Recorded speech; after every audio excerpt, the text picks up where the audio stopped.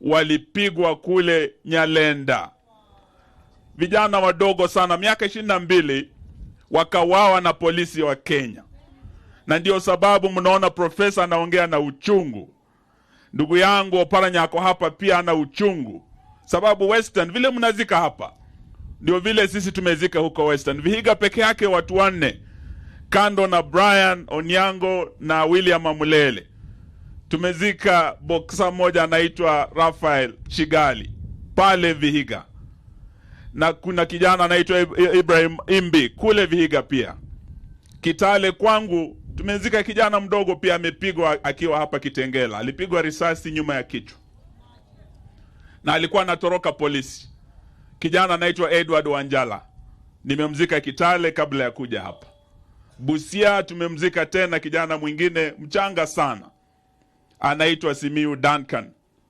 So Western karibu watu 10 wamezikwa huko. Nimekuwa naongea na Junior hapa ananiambia hapa Makueni County mmezika karibu watu 4. Na hatujaguza wale wako Kitui, wale Machakos. Kufika sasa watu 72 wamewawa Kenya hii. Na polisi wa Kenya ambao inatakiwa wawalinde. Ndio sababu mnaona tukija hapa tuna uchungu sana. Na sisi hatujakuja tu kusema pole kwenu. Tuko hapa na baba na Kalonzo na timu ya Azimio kuhakikishia ya kwamba baada ya mazishi haya tutasimama na Mama Brian na familia zote zimeathirika kwa haki ya Brian huyo. So we are not just here to mourn with you. We are here to assure you that as Azimio, we shall stand with this family of Brian and all affected families in their quest for justice, nationally and internationally. Na mimi nasema haya nikiwa waziri wa mwisho wa haki. Mutula Kilonzo was the second last minister of justice. Si alitoka hapa Makueni?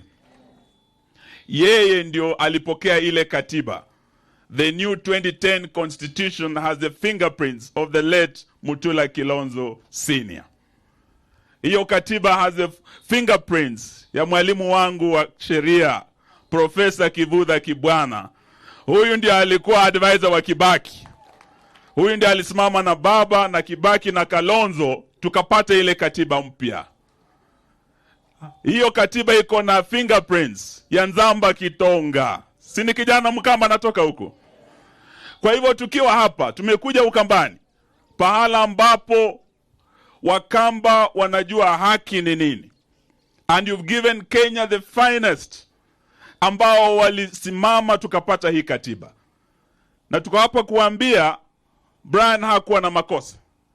Ninyi kuandamana hamkuwa na makosa.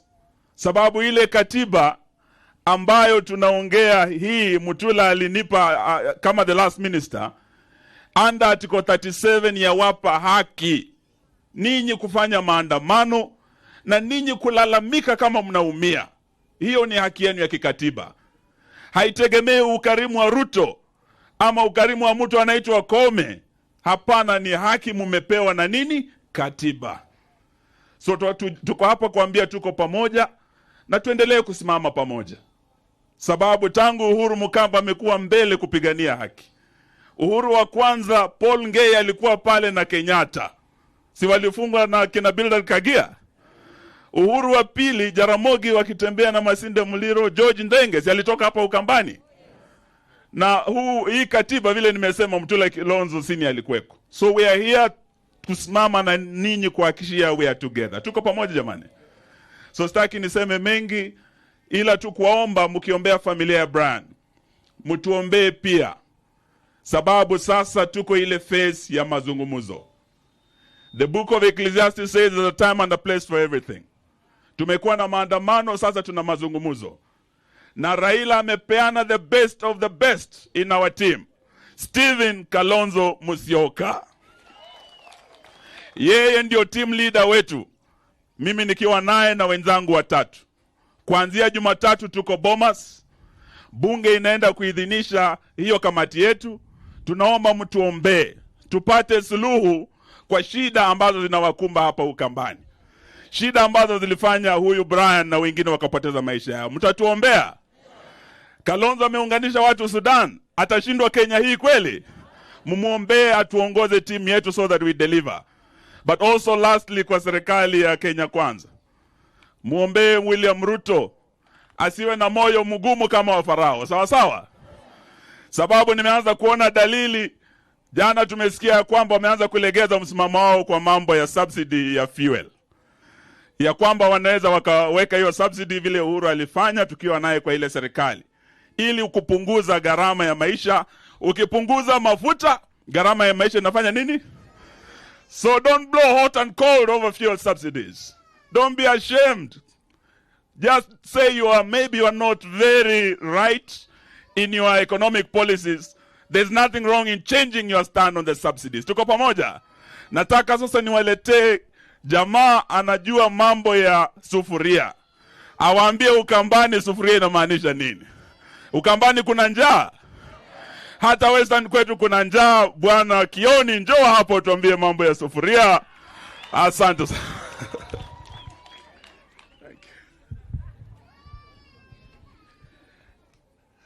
Muyaseo. Bwana Yesu asifiwe. Muriega. Najua ya kwamba hatuna muda mrefu. Nasema ni shukrani kwa Mheshimiwa wa Marwa. Nikiongea mbele ya aliyekuwa Prime Minister Raila Amolo Odinga na viongozi wa kanisa, na muona governor kule, mwingine governor hapa na wengine wote na watabua, na sana sana Wajakoya. Sababu hii dunia inaonekana kama ni ya Wajakoya. Lakini kwa kifupi tu niseme tumekuja kusema pole kwa familia Mama Brian, pole sana. Ni kitu ya uchungu. Mimi nilijua Brian alikuwa kijana mdogo, lakini kuona picha yake pale inahuzunisha zaidi. This is a very young person. Wewe mwenyewe jiulize, Brian ni mawe gani anaweza chika na mkono akugoge naye utoroke wewe kama ni askari? Kama alikuwa amebeba mawe, huyu ni mtoto wa kurudishia na risasi. Kwa hivyo tunaposema ya kwamba askari polisi wa Kenya wamefanya vibaya, hii ni dhihirisho ya kwamba police brutality went to another level. It has never been this way since 1963. Na mimi namtabua huyu pia, Profesa Kifudha. Vile mnasikia mambo ya katiba ikisemwa, mimi nilikuwa kule Naivasha na tulikuwa na babake Junior. Mnamtaja tu, you don't know what he contributed, na tulikuwa tumetumwa na baba. Na he didn't know, alikuwa ameenda akiwa pande ya PNU. Kwa sababu kule kulikuwa PNU na ODM. Lakini tulipofika kule, alisahau mambo ya PNU, akasahau mambo ya ODM. Hata huyu kichwa yao ilikuwa Kenya. Na ndio hapa tuko, kwa sababu tuko na katiba ambayo inatupa uhuru wa kufanya mambo ambayo tunataka kufanya kama wa Kenya. Kwa hivyo kuona askari wakichukua na kusema tena kuturudisha pahali hatujakuwa, inakuwa ni jambo ambalo la tuhuzunisha sana. And I really want to thank these men of God. You are clear. Munaongea na muongei hivi hivi. Kwa sababu sasa tuko dunia ya Kenya ambao makasisi wanacheza mchezo aina hii. Na hiyo ndio imeweka Kenya kwa shida. We want to challenge the men of God. Mwambieni William Ruto kinaga ubaga ya kwamba mambo ni baya na Kenya kuna njaa. Mimi nilisema nitafaa sufuria mpaka aende Suguroi. Either alete bidhaa mambo ya chakula chini ama aende Suguroi. Unaweza ingia ofisi ya serikali, maana yako ni nini kama umeingia kule na maisha wa Kenya imeanza kuwa gumu? Hatukukuweka kule utuletee shida. Hata kama ulipitia dirisha kadogo pahali fulani, sio uingie kule alafu utuletee shida. Lazima uhakikishe kwamba maisha wa Kenya ni nafuu zaidi. Wewe gojea usikie ile story itatokea kwa wale ambao wanaingia university sasa. Hii program wameleta ni ingine ambayo waziri habari. Hii program wameleta ya kupatia watoto basali ni ingine ambayo itawafanya wale ambao hawataenda university. Nafasi zao zitachukuliwa na wale mabwenyenye. Their policies are not working. They are clueless. Hawana plan, walikuwa wanasema wako na form. Hawana na wasikize. Na sisi pia si wenda wazimu tunaposema baba akisema ni namna hii, kwa sababu anaelewa. He has been there, ameongoza serikali na aliongoza tukiwa na ugumu kama ule tuko nao na tukaona Kenya ikiinuka. Kwa hivyo mimi sitaki niseme mengi, lakini nataka kusema mawili. Because when Wamarwa was speaking here, amepatiana maafa ambayo ilikuwa kule Western. Mengine alikuwa kule Kisumu. Hapa tuko leo Ukabani. Niwaambie haya maafa yako kila sehemu ya Kenya hii. Unaweza kosa kusikia mtu akisema Mount Kenya. Kwangu constituency nilipigiwa simu nikaambiwa kuna masishi ya mtu ambaye alikufa kwa maandamano. Kwa hivyo tunapojua, lakini vizuri tujue mpango ya serikali. Wala wako serikalini. Kuna kitu na Kizungu wanasema profiling. Hii maandamano walikuwa ataka ionekane ni ya bwana mheshimiwa Raila na Wajaruo. Na ndio unaona watu wengi ambao wameuawa ni kutoka Ruo Nyanza. They wanted it to look like it is only Ruo Nyanza that are complaining. The whole country is paining. The whole country is hurting. And I want to tell you, William, usicheze na njaa. Uliuza kuku lakini sina uhakika. Uliuza hiyo maneno ya kuku na mayai, sina uhakika, lakini usicheze na njaa. Anybody hungry can never be your friend. And today you have no friends. You thought you had friends in Mount Kenya, mpaka ulipeleka kule mchere na nyama juzi na ukawaacha sasa rudi tena ujue wako pale pale. Wamehama UDA, sisemi wamekuja Azimio, lakini wamehama kule. Na ndio namsikia akisuguka kule. Makasi saidieni sisi. Msikubali yeye tena apenye kwenyu tena laudi. Asanteni sana. Mwenyezi Mungu awabariki. Huyo ni Secretary General wa chama cha Jubilee. Na sasa tunaleta party leader wa Usawa Party aliyekuwa gavana wa kwanza wa jimbo la Murang'a, Mwangi wa Iria.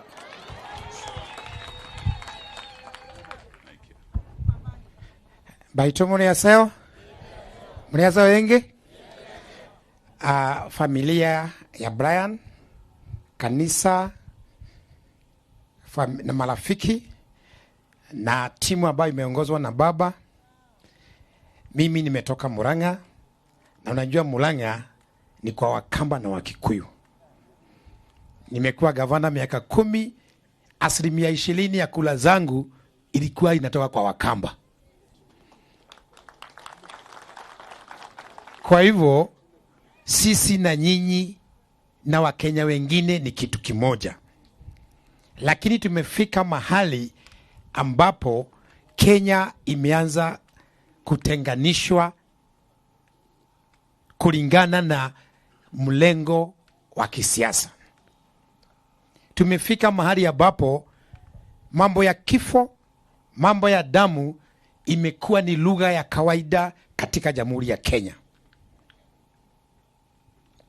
Watu walikufa Shakahola, hata mmoja wa serikali hakuenda. Baba kukaribia akafungiwa. Na watu maiti zinafichuliwa kila siku. Imeenda maelfu na maelfu, na hata hatuambiwi ni nini kinachoendelea huko. Kwa sababu katika hii serikali kifo, damu ni kawaida. Tumepoteza zaidi ya Wakenya, sio 72, kwa sababu mimi niliambiwa na mtu ya kwamba ile siku ambayo Brian alienda, na mimi sidaganyi, mtu kutoka Kenyatta National Hospital kwamba maiti karibu ya 100 ilibwagwa huko na polisi. Hiyo siku moja tu. Si tunaambiwa hizi figures ambazo tunaona hapa. Lakini kati ya hizo vivo vyote hatujasikia serikali hata ikisema pole kwa Wakenya. Hiyo ni serikali ya aina gani? Unless tunaabudu shetani. Vivo kama hivyo, bendera ya taifa ilikuwa inastahili kwenda nusu mlingoti. Wakenya wamekufa. Lakini baada ya hizo vivo, wale ambao waliua Brian kama askari wanapandishwa vyeo, wanaambiwa asanti kwa kuwa Brian, asanti kwa kuwa Mkamba, asanti kwa kuwa Mjaluo, asanti kwa kifo kwa Mbaluya wa Kisii na wale wengine, kwa sababu tumepewa viongozi ambao ni dragons. Wao mate yao ni damu, alufu ya hewa yao ni alufu ya damu. Wakenya hawezi kufa na wengine wanachangilia kule Central wanakula mchele na nyama. Kifo cha Mkamba, kifo cha Mjaluo, kifo cha Mbaluya, kabila yeyote ni kifo cha Mkenya. Na huwezi ambia Wakikuyu washerehekee wakati wenzao Wakamba, Wambaluya na wengineo Wajaluo wanalia.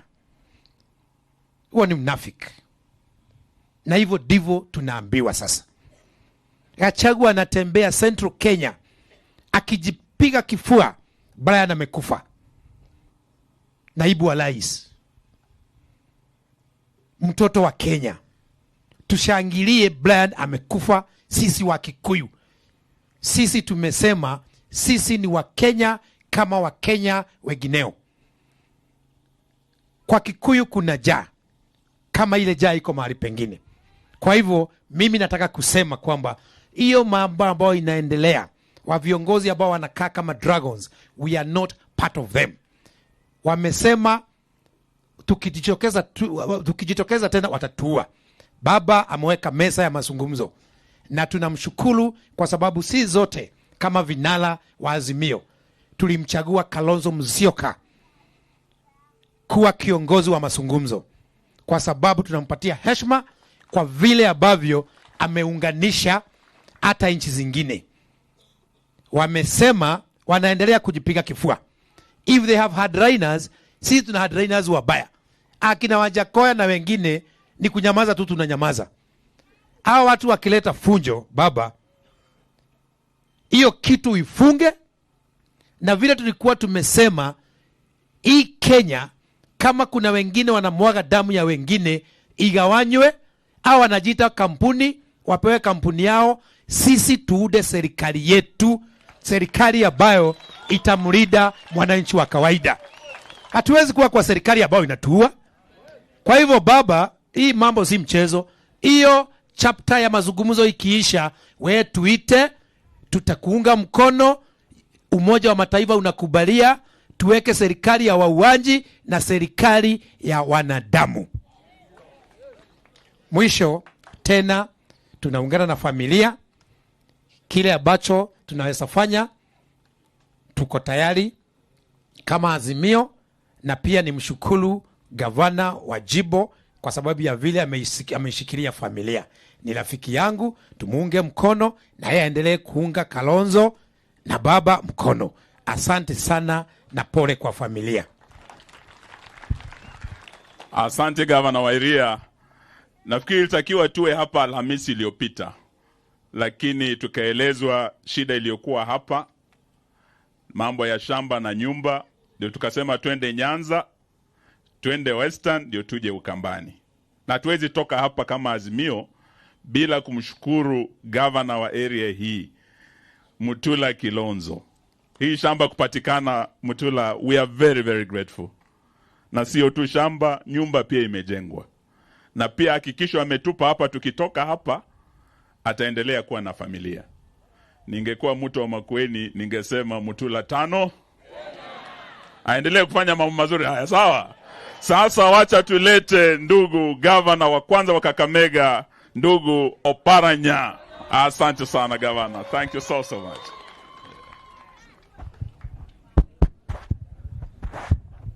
Wananchi wa Makueni mjambo. Tusalimiane kwa hewa. Brian, salamu za Brian. Basi mimi ndio Oparanya, aliyekuwa gavana wa Kakamega County. Mimi nimefanya kazi na ule aliyekuwa gavana wa hapa profesa ule yako hapa.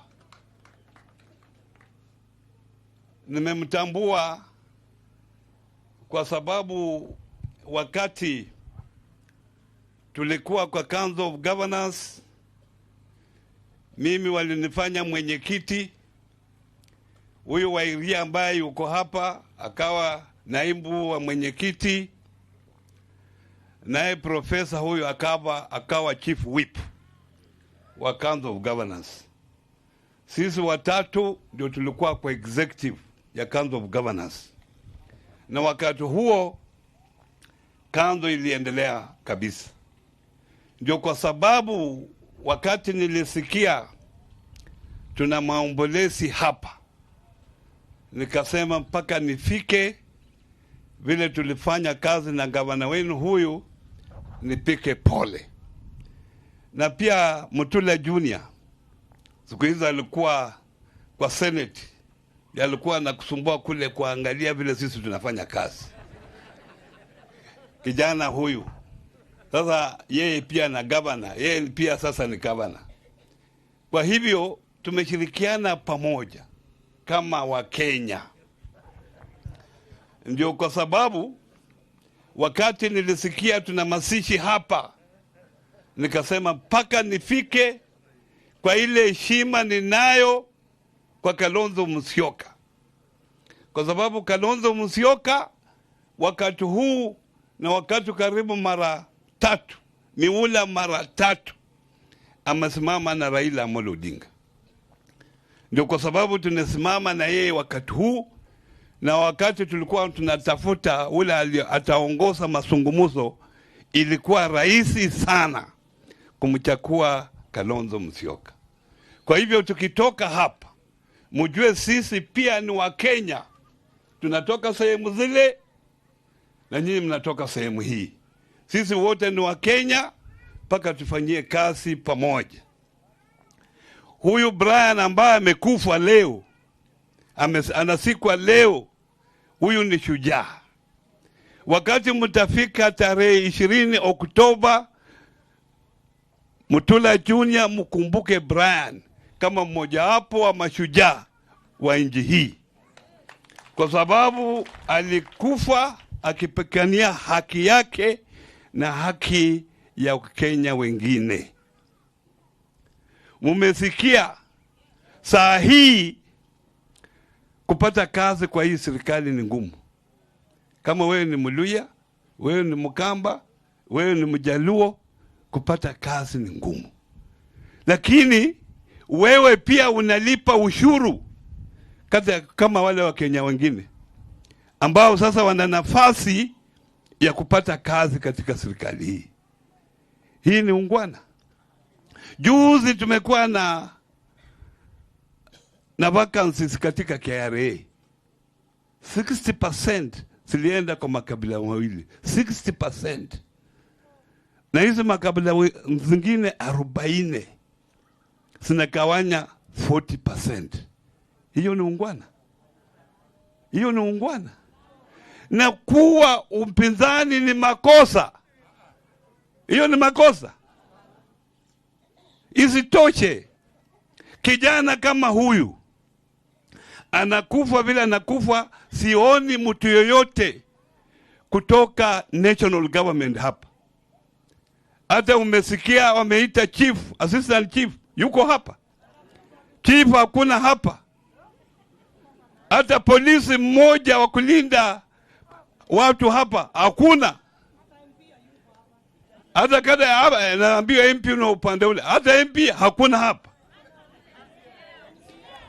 Na sasa hao watu wamekuachia wananchi hapa mashinani. Nyinyi pia ikifika kura mtawaangalia. Wametuachia wananchi. Ndio kwa sababu unaona sisi hapa ni mbali. Ukiangalia mahali nimetoka kule Kakamega kufika hapa, si ni mbali. Lakini nimefika. Kwa sababu najua hapa na Wakenya, ile tabu mnayo ndio ile tabu tunayo kule kwetu. Kwa hivyo namuomba chini ya kiongozi wetu Raila Amolo Odinga, na tushikane na Kalonzo, najua tutafika mbali. na ule Kiome anaitwa Koome Bukio anasema sisi tunakotesha maiti atukuleta hapa. Mkienda kuangalia huyu Brian, si ana risasi ndani, alipigwa risasi. Tunaweza kuwa tunakoteza mtu tulete hapa hivi. Huyo mtu ana watoto au hana watoto? Hata ule polisi ambaye alipiga Brian risasi ana mtoto au hana mtoto? Hii ni kitu ya huzuni. Lakini furaha ni ya kwamba haya mambo yote italeta Wakenya pamoja. Na sisi mambo yetu tukifanya paka tunafanya kulingana na sheria yetu. Sheria ambayo iko katiba na sheria zingine ambazo zinaunga katiba mkono. Kwa hivyo kama Wakenya paka tupikanie haki yetu kulingana na katiba yetu. Na tusiwe na ukabila. Tusiwe na mambo ya kampuni. Vile wanasema wengine wako na shares na wengine hawana. Hiyo haitasaidia watu wetu. Nimeomba tu Mwenyezi Mungu amweke mahali pema Brian ili safari ya kila mtu. Na profesa umetukimbia au nini? Umekaa kule mbali na kwa nafikiria wewe ni part of the family. Sawa, kama wewe ni part of the family, lakini ungekuja hata uambie rafiki yako jambo, karibu Makueni. Lakini nimeona tu umekaa kale. Haya, Mungu akubariki, Mungu awabariki nyinyi wote. Safari ni hiyo, tuende pamoja. Asanteni. Sasa kabla tujaleta baba, tuko na rafiki wa baba kutoka huko Mlima Kenya, anaitwa Raila. Kwa dakika moja wasalimu, alafu tulete baba.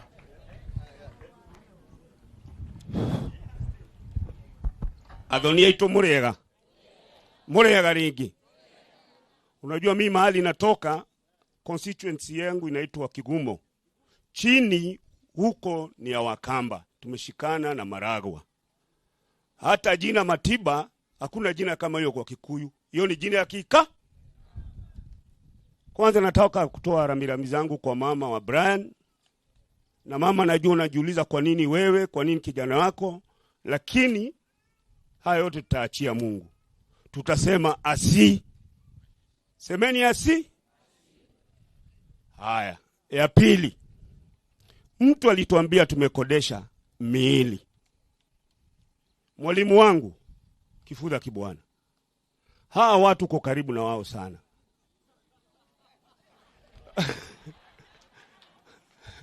Nataka ukipata nafasi uambie hata wewe pia una kijana wa nyumbani ambaye ulipoteza. Tumtume na hizo salamu. Tumtume profesa na hizo salamu. Haya. Pili, nikienda kumalizia watu wetu. Nyinyi Wakamba mumetupita sisi wa Kikuyu. Hatukujua hata siku moja kuwa mtakuwa mbele yetu. Na ile kitu ambaye iko katika mlima ni uongozi ambao tumekosa. Nyinyi mmepata uongozi wa Kalonzo Musyoka, na mshukuru Mungu na mumpigie makofi. Ndio mnaona leo sisi tumekuja hapa kushikana na sisi, kushikana na nyinyi. Nataka kuwaomba kitu kimoja Wakamba. Siku ile mnaona Kalonzo wanashikana na baba, wanashikana na wao viongozi, muachilie watupeleke mbele. Tumekubaliana hiyo? Tumekubaliana hiyo? Nikimalizia, tafadhali, sisi wa Kikuyu tumerudi nyuma. Na inywe muri Adhonia ito naletiguo. Adhimotiri Adhoni. Naomba mtuombee. Mkikuyu wakati wa uhuru alikuwa anasema 1 man, 1 vote, 1 shilling. Mkikuyu amepelekwa na Gachagua mahali anasema 1 man, 1 plate, 1 soda. Mtuombee. Asante. Huyu anaitwa Kamau wa Raila. Sasa kabla tudeleta Raila mwenyewe, just to clarify one issue ambayo tumetumwa na Mheshimiwa Raila Odinga tukiongozwa na Kalonzo Musyoka. Agenda zetu zinajulikana na mambo ya nusu mkate is not one of the agendas. Tuko pamoja? Hiyo tuambie hapa Ukambani mchana wazi, mjue ukweli wa mambo. Ile ni propaganda ya Kenya Kwanza. Sababu hata ukiangalia serikali yao tayari ni nusu mkate, si ndio? Wanasema ni ya shareholders and there are two main shareholders. Ukiangalia mawaziri there are two main shareholders. Kama PS there are two main shareholders. CAS ilikuwa over 50%, the same two main shareholders. KRA umesikia kwa bwana Oparanya. Sisi tumesema hatutaki nusu mkate because the Kenya Kwanza government is already a nusu mkate government. Ni ya ukabila, ni ya ubaguzi, na ibagui tu Wakamba, imebagua Waluya na jamii zingine zote, si ndio? Wacha sasa tulete kiongozi wetu Mheshimiwa Raila Amolo Odinga.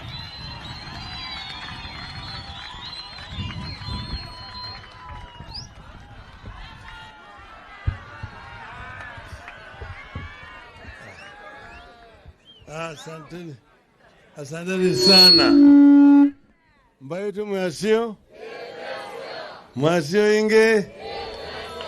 Asanteni sana. Tumefika kwa majonzi. Maana yake tumekuja kuzika kijana chipukizi. Sasa huyu jamaa mnaona hapo, huyu John Kiema huyu tumefanya naye kazi. Nilimjua yeye kwa bado mwanafunzi katika chuo kikuu cha Nairobi. Kutoka hapo tukaanza kufanya naye kazi kama yeye bado ako kijana sana, na tumekaa naye mpaka wakati wa leo hii. Huyu mnaona huyu Immaculate Musa, huyu vile vile ni mtu yangu hapa. Sasa John ndiye alinipiga simu akaniambia mimi ya kwamba kijana moja chipukizi amepigwa risasi na polisi akawawa. Alafu akanielezea hiyo historia ya huyu kijana Brian. Ati mama alikuwa amelolewa huko upande wa fikiri wote kaiti huko. Baadaye baba yao walipofariki, sasa wale ni mashemeji wakaleta fitina mingi. Mama akatoka ukule hata akapoteza shamba, na walikuwa nafanya kazi hapa Imali kusaidia kuelea watoto yake. Sasa huyo kijana alikuwa amesoma, amepita mtihani mzuri, ilikuwa aingie katika chuo kikuu cha Kenyatta, lakini akapigwa risasi. Na yeye alikuwa ameahidi mama yake anakwenda kusoma, akimaliza kusoma yeye atafanya kazi ili aje ajengee mama yake nyumba nzuri. Maana yake mama yake hana nyumba. Tukakubaliana John Kiema ya kwamba kabla hatujakuja kuzika huyo kijana tutanunua shamba na tujenge nyumba ndio tukuje. Ndio sababu tumekuja siku ya leo mama. Na mimi nataka kuambia mama, tuko na wewe na tutabaki na wewe. Pale ambapo tunaweza kusaidia tutasaidia. Hapa tuko na gavana hapa, huyo ni kijana yangu. Manake baba yake tulifanya naye kazi. Baba yake alikuwa waziri wangu, nilikuwa mimi waziri mkuu. Na tumefanya na kazi. Alipofariki tukaja hapa tukashika mkono ya kijana yake. Na yeye tangu wakati ile amekuwa kama senator, hajatusaliti sisi. Sasa yeye yako kama gavana. Sasa jukumu ya kwanza ni yake, na akishindwa baba yuko hapa. Tutaendelea. Tunasema poleni sana. John, it's okay. Sasa hii ni kitendo cha kusikitisha sana. Maana ukipiga mzee kama Raila ni sawa, lakini mtoto mdogo namna hii, watoto ndio maua ya taifa, ndio inaonyesha kwamba taifa inaendelea. Sasa mtoto na hii anapigwa risasi na hana hatia chochote. Wanawake wamekuwa wanasema ati maandamano inaharibu mali. wanafanya maandamano kulibu mali ya Wakenya, tutalinda mali ya Wakenya na kadhalika. Huyu mtoto alikuwa anaribu mali ya nani? Alikuwa anaribu mali ya nani? Juzi tumezika vile maliwa mbio huko. Tulikuwa huko Bondo, pande ya Siaya. Tukawa na maiti 5. Yote walikuwa wamepigwa risasi. Siaya peke yake wamezika watu 25. Ambao wamepigwa risasi. Kule Migori watu 12. Homa Bay, Kisii tuko na watu 4 tunakwenda kuzika wiki hii ambayo inakuja hii, ambayo wanapigwa na risasi. Kila mahali watu wanapigwa risasi, na wengi wanapigwa risasi wakitoroka, wanapigwa na wanini. Alafu jamaa mwingine anasema ati sisi tunaenda kwa nini kwenye mshwari kwa azima maiti ili tuonyeshe waandishi wa habari. Huyo jamaa ako na akili timamu kweli? Ana kichaa? Ndio tulimwambia bwana, koma kabisa wewe.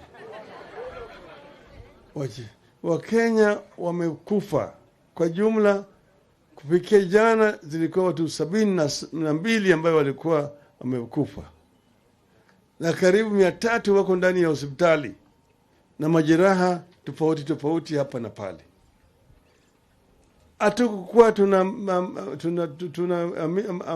tunatarajia ati baada ya Wakenya kukuwa na katiba mpya ambayo Wakenya walipigania kwa muda mrefu zaidi, ati tungekuwa na serikali ambayo inaweza kusherekea kupigwa na kuuawa kwa Wakenya. Unasikia bwana Kome anasema tutaendelea, na mtu athubutu ataona cha mtema kuni. Alafu mkubwa wake anasema polisi wamefanya kazi mzuri. Polisi wamefanya kazi mzuri, tumewanyorosha, tuwakalia ngumu. Huyu ni mtu ambaye anajiita rais wa taifa la Kenya. Anashangilia ya kwamba amenyorosha wananchi, amepiga risasi na wameua wa Kenya. Je, hiyo ni serikali ya taifa kweli? Hiyo ni serikali ya wananchi? Sisi tulisema, tulidhania kwamba ile utawala ya kidhuluma na kimabavu, utawala ya mauaji, ilikuwa tumefikiria kwamba tumezika kwenye kaburi la sahau. Kumbe bado tuko na katiba kwenye karatasi, lakini vitendo bado haijabadilika. Tumeona sasa udikteta ikichipuka katika taifa letu. Jamaa wanasema ni marufuku wa Kenya kufanya maandamano, lakini kifungu ya 37 ya katiba hii inaambia watu wa Kenya wana haki ya kuandamana, wana haki ya kufanya kitu inaitwa petition, wana haki ya kitu kufanya kitu inaitwa picketing. Lakini sasa serikali hii ya bwana Ruto imepiga marufuku hii kifungu cha katiba, haiko tena. Unaweza kufanya wewe dhuluma, unaweza kuwa wewe unalalamika, lakini huwezi kutoka na kufanya maandamano. Hata ukimwambia polisi huwezi. Lakini Wakenya walikuwa na sababu. Hata sasa wako na sababu.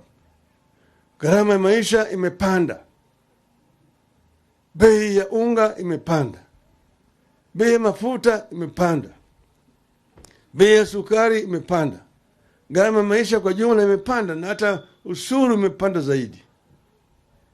Wakenya wana haki kusema la, lakini niambia huwezi kusema la. Niambia punda imechoka. Si punda imechoka? Si punda imechoka? Hii mzigo imekuwa mzito sana, yaifaa yapunguzwe. Wahenga walisema ati kibebasho kikivuja nafuu kwa mchukuzi. Kwa hivyo hii mzigo yapunguzwe, sio? Na tukisema namna haya tumefanya makosa. Tumefanya makosa. Pili, sisi tumesema tulienda kwa uchaguzi, kwenda kwa mashindano pale, tulikuwa tunashindana na tulikuwa na marifari moja na landsman 6 electoral commission. Kati ya wale watu 7 watatu ndio walisema ati Ruto ameshinda, wanne walisema la. So nini walisema la? Wakasema hiyo mpira ilikuwa ya offside. Ati walishika na mkono. Walishika na mkono, sio? Sasa wale marifari ambao walisema la wamefukuzwa wote. Vile naongea hapa sasa, mawili wao, Mama Cherera na Mama Sit, wako Marekani, wamekimbia. Maana walikuwa wanatafutwa, walikuwa wanataka kuuawa.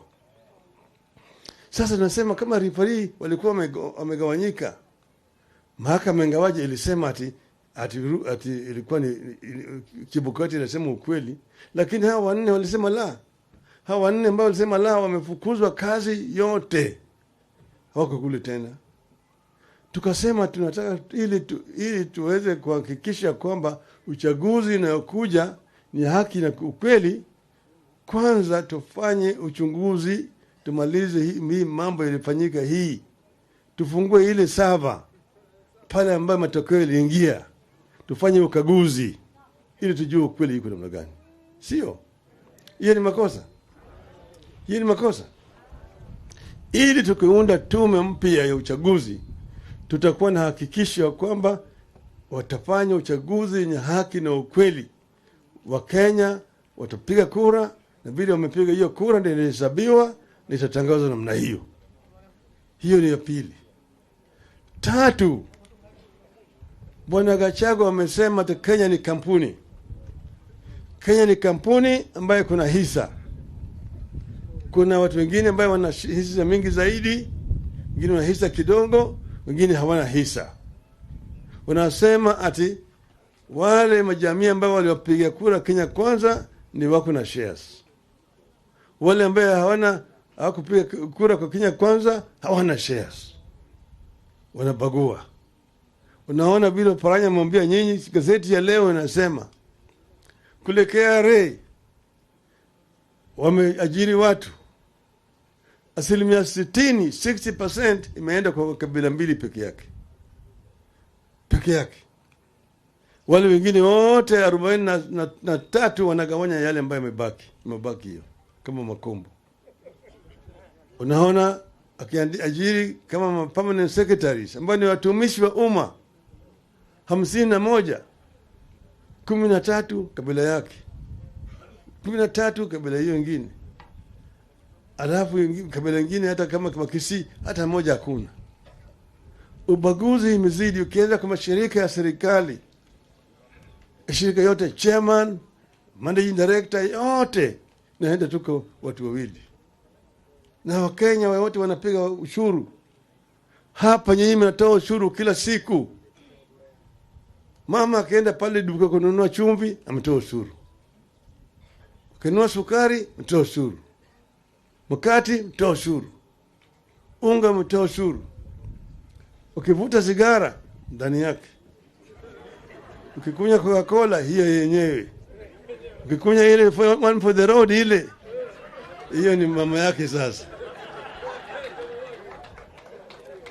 Hiyo ni ushuru ambao wanagota kwenu hapa usiku na mchana, upende akisaweka hiyo ushuru kwenye hazina kule, Saila anataka kugawanya hiyo, sasa anakubagua. Anakuambia wewe huku nipige mimi kura, kwa hivyo wewe upate chochote. Sasa wewe si Mkenya. Unafanya nini Kenya kama huna hisa hapa? Serikali yote ni sawa sawa. Aile vile tumesema mpaka hii kamati ya Kalonzo na Ichungwa iangalie, ili kija Mkenya awe ni Mkenya, anatambulika kama Mkenya, ana haki kama Mkenya, hata kama yeye ni mtu wa Azimio au mtu wa Kenya kwisha. Si sawa sawa? Sasa wamemaliza, wameanza kubiliza vituo vya uchaguzi.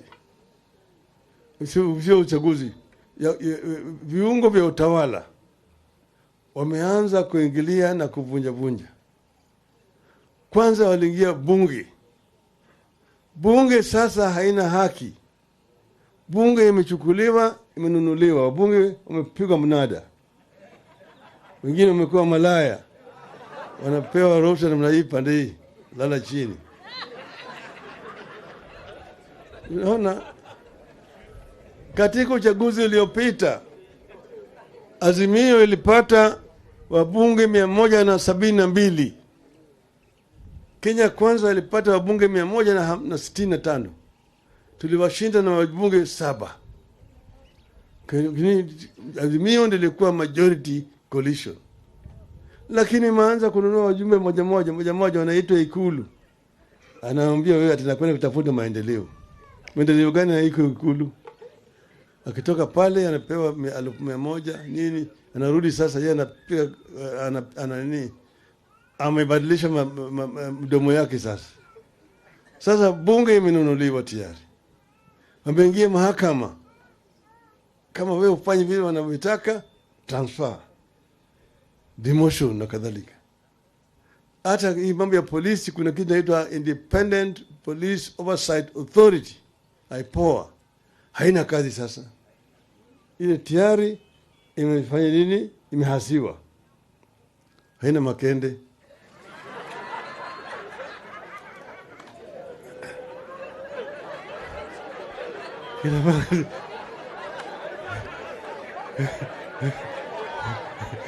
Kwa hiyo vile jamani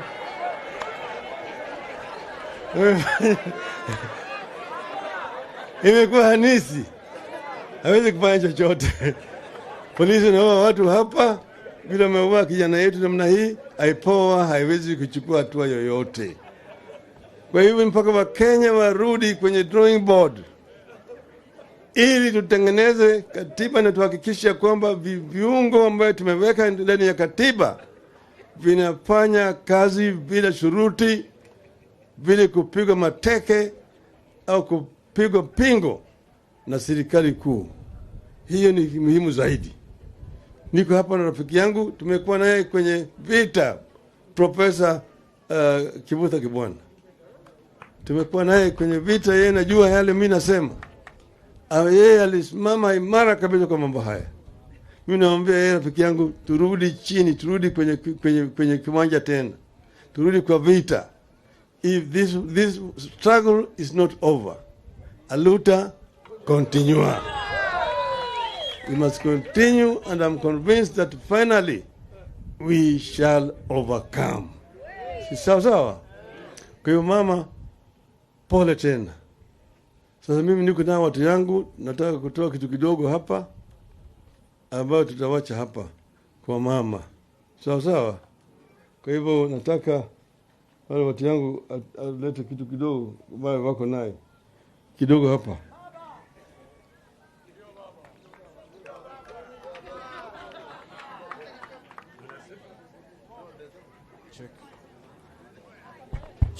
Check. Mnasema aje kwa baba? Mwanzo. Ati mnasema aje kwa baba? Anjasikia. Mwanzo mleta 10,000 hapa. Mwanzo ameleta 10,000. Kioni 10. Mheshimiwa Kioni 10. Leta tuile bali. Au niweke wanipatie. Wanjagoya anangojewa. Wajimeni niweke 100. Mheshimiwa Raila Prime Minister 100. Wanakuja.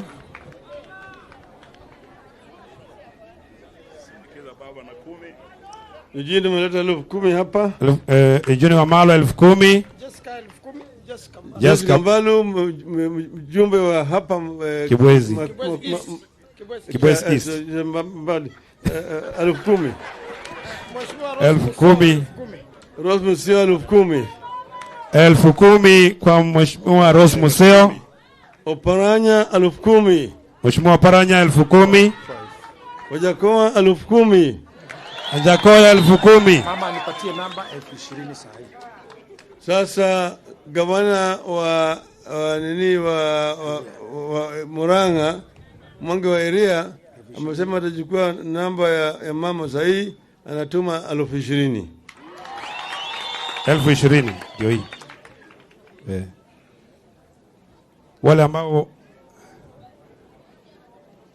wengine wanatoa ndio wao wanakuja. Gavana Mutula Kilonzo Junior Gavana amesindikiza na 20,000. 20,000. Dennis Odhiambo hapa 10,000. Dennis Odhiambo 10,000. Kamau wa Raila huyu anaenda kutuma 10,000. 10,000 kwa simu. Raila wa Kamau wa Raila. Sawa. Asanteni sana. Mungu aweke Brian palipema peponi. Makofi mazuri kwa His Excellency Prime Minister Raila Amolo Odinga. Asante. Asante. Bwana Yesu